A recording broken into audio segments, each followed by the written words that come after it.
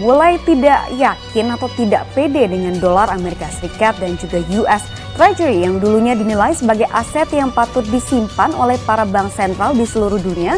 Para bank sentral saat ini malah justru berbondong-bondong membeli emas. Nah, kenapa dan ada apa? Ini akan saya bahas untuk Anda sore ini dalam Bank Sentral Borong Emas.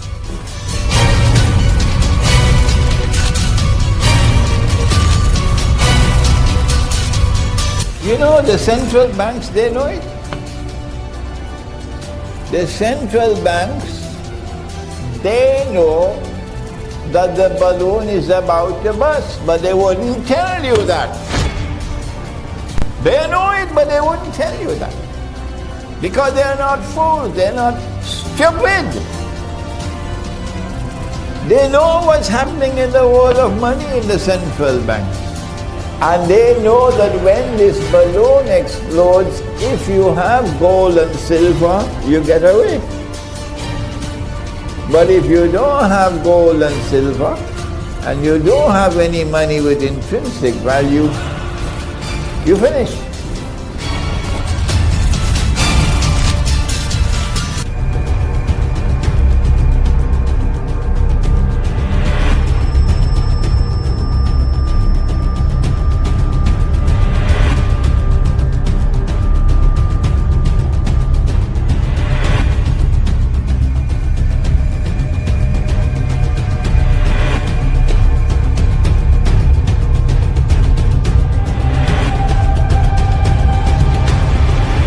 Wherever you are in the world, and these words of mine were to reach you, and you're a Muslim. Even if you're not a Muslim, go to the scholars of Islam, wherever they are, and you could meet them, and ask them, this money that we're now using, we don't see this money in the Quran, we don't see it in the Sunnah. It's new, it's never been used before. Is this money halal or is it haram? Ask him.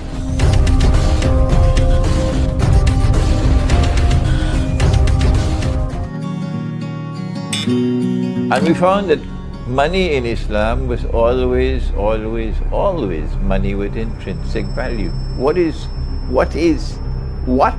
intrinsic value? Intrinsic value is that the money has a value which is located inside the money. It's not located outside where it can be manipulated to make Indonesia a slave country. So money in Islam always has intrinsic value. And when you use such money, and provided that demand and supply remain constant, the same price you'd pay for a sheep or for a chicken 1,000 years ago, the same price you'll pay today. How wonderful, isn't it? How wonderful. No inflation. No inflation. And one of the strategies which they employ to establish their dominion over mankind is to change the money. To remove the money that Allah has ordained, Dinar and Dirham, to prohibit the use of gold as money, which is shirk. Are you hearing me? Did you hear what I say? It is shirk to prohibit what Allah has permitted. And Allah has permitted gold as money. And they prohibit the use of gold as money. That's what they did in the International Monetary Fund, the Articles of Agreement, prohibit the use of gold as money. They want to rule the whole world. If we are to respond to this immensely dangerous challenge in the world of money, what do? That one possible response is to make our money redeemable in gold.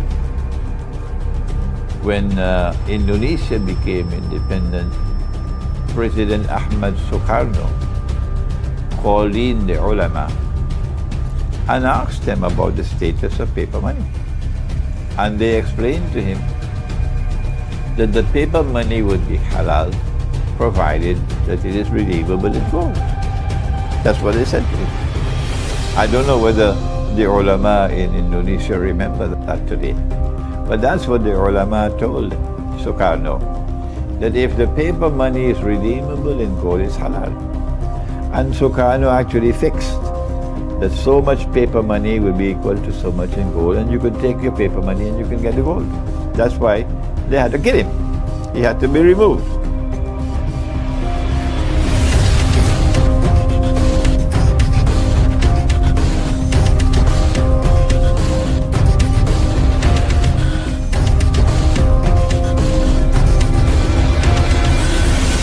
If one country in the world is able to make its currency redeemable in gold, the whole system collapses.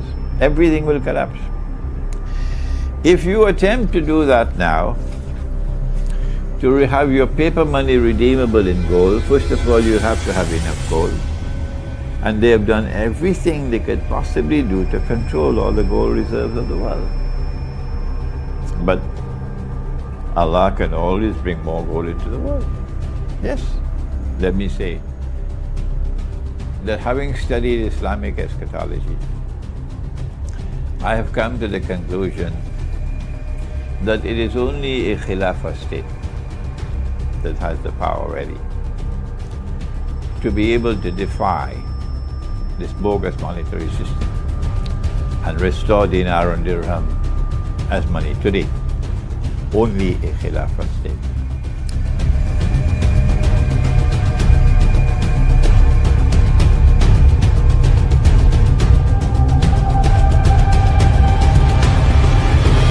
Yang jadi ketakutannya adalah khilafah. Jualan khilafah untuk menakut-nakuti manusia, ditakut-takutilah manusia. Khilafah itu bunuhin orang. Khilafah itu intoleransi. Khilafah itu tidak manusiawi. Khilafah itu akan merusak NKRI. Khilafah itu anti Pancasila. Khilafah itu terorisme, ISIS dan seterusnya. Ini yang dijual.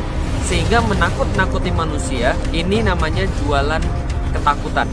Kenapa banyak orang yang takut dengan khilafah? Karena misinformasi, karena hoax yang diberikan. Padahal kenapa harus takut? Khilafah itu bukan sesuatu yang aneh kok di dalam Islam. Kenapa? Coba Anda lihat, sejarah khilafah itu lebih banyak yang mengerikan atau lebih banyak yang justru membahagiakan, membanggakan. Kapan masa-masa ketika Islam itu memimpin dunia? Masa khilafah.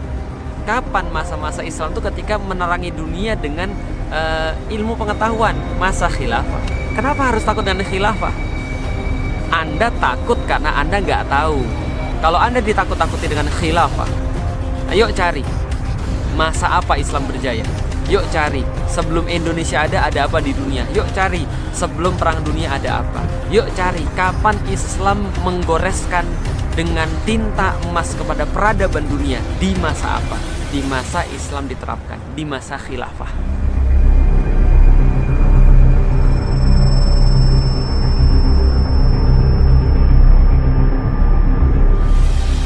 A Khilafah state is a state in which God's law is supreme.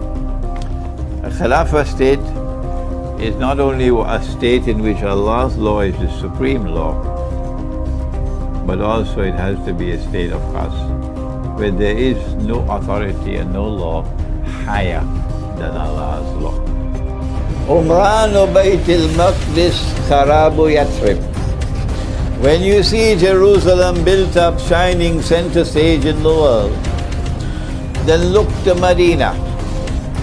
And when you see Medina in a state of forlorn desolation, Kharabu Yathrib, then Kharabu Yathrib Khurujul Malhama, then look, because the next event that is going to come, major in the historical process, would be the Malhama.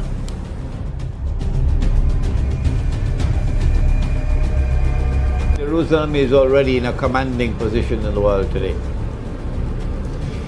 Jerusalem controls the US Congress, and the United States is a ruling state in the world today. Well, the United States supports Israel in a variety of ways. We give them all sorts of military and economic support. We veto resolutions in the United Nations all the time that are critical of Israel. Ceux qui sont contre, 14 voix pour, le projet de résolution n'est pas adopté par suite du vote négatif d'un membre permanent du Conseil.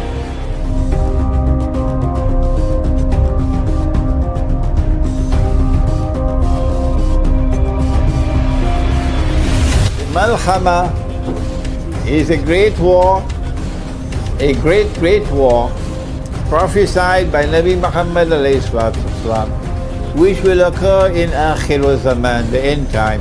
The Christians know it as Armageddon. Armageddon, the great war.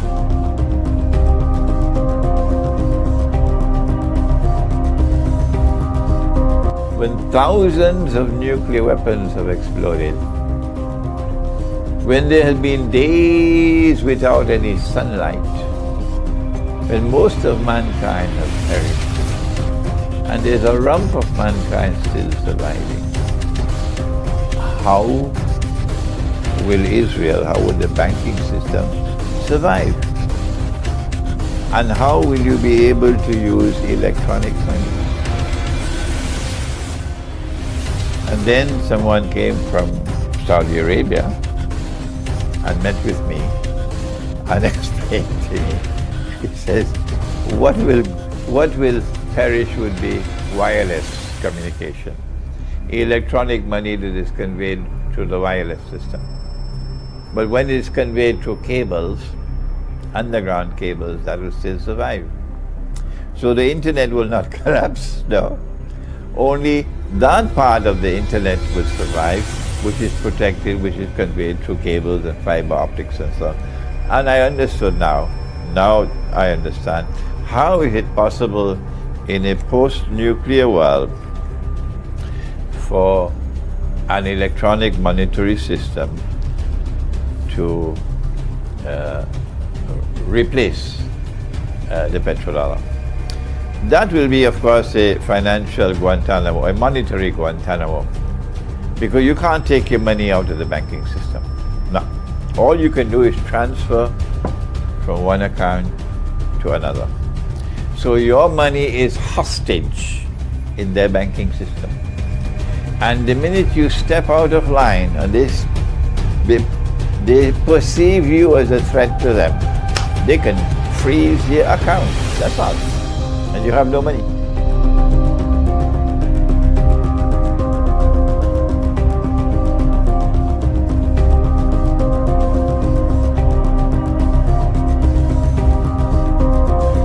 We will no longer have a multiplicity of currencies in the world. No, the idea is to get all of mankind under one government, one world government, so that one people can rule the world, and they can then transfer that power to the state of Israel, so that Israel becomes the ruling state in the world in succession to the United States. This is our eschatological explanation of the historical process.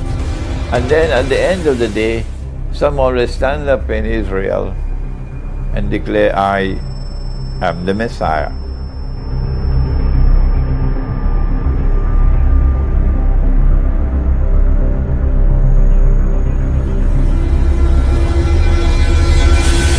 I have a surprise for you. A bitter surprise. That there are people in the world today who are struggling to establish a Khilafah state.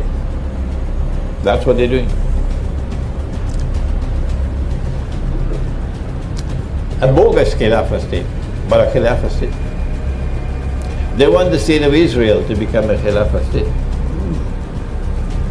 The Jews want to establish a Khilafah state. That's what they want to do. Because what Nabi Dawood alayhi salam, the Prophet David, did was to establish a Khilafah state. That's what Nabi Sulaiman alayhi salam did, the Prophet Solomon. A Khilafah state. And they want to establish a Khilafah state. At the end of the day, after the electronic monetary system has given them that consolidation of power that they need, that Israel will then proclaim itself to be Holy Israel. what I call the Khilafah state. The Khilafah state.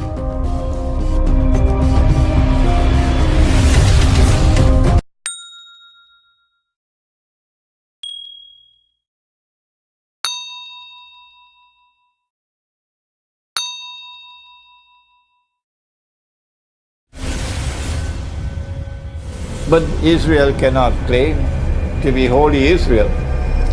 Khalifa state, Khilafah state, using bogus money. No Jew will accept Dajjal as the Masih. And so Israel will have to return to Dinar and Dirham. Yes. And a Dinar and Dirham monetary system will have to come back to the world. And that's Khilafah state, of course. Cannot use bogus money. They'll have to use Dinar and Dirham. So at the end of the day, even the virtual money and electronic money and digital money will all go. And Dinar and Dirham will retain as money. And I pray that I'm not alive. I beg Allah to take me away, take me away, take me away. I don't want to live to see that day of shame and disgrace. That they bring back the Dinar and Dirham while we are content to eat biryani and go home and sleep.